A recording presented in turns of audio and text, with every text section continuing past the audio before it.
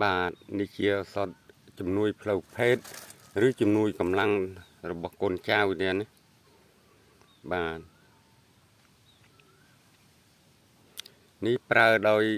ដំរី5ដកបាទហើយនេះ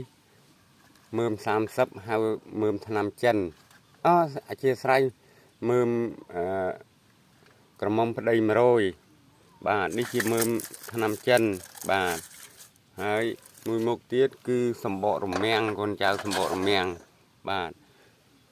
ថ្នាំទាំងនេះគឺព្យាបាលរោគសត្រីគ្រប់ចម្ពោះផងជំនួយឲ្យមានកម្លាំងពលំ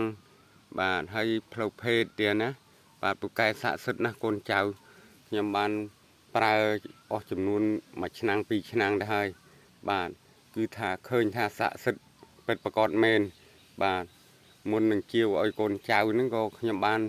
ប្រើប្រាស់រួចហើយកូនចៅបើកូនចៅរកបានក៏ប្រើខ្លួនឯងបាទយកមកដាំទឹកផឹកបាទដោយដាក់ក្នុងម្ដងប្រហែលជាប៉ុណ្នេះបាទមួយឆ្នាំងហើយមួយមុខបន្តិចផ្សំគ្នាបាទទៅសំល្មមកាលដែលយើងប្រើប្រាស់បាទមិនមានកំណត់ប្រមាណទេព្រោះជាឫសឈើជាបាទរុក្ខជាតិទាំងបាទមិនមានរុក្ខជាតិណាពុលទេកូនចៅ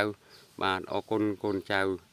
ដែលបានឆ្លាញ់រាប់អានអំពីប្រពៃណីវប្បធម៌ជំនឿពីបុរាណជឿដោយយើងទាំងអស់គ្នាបាទអរគុណ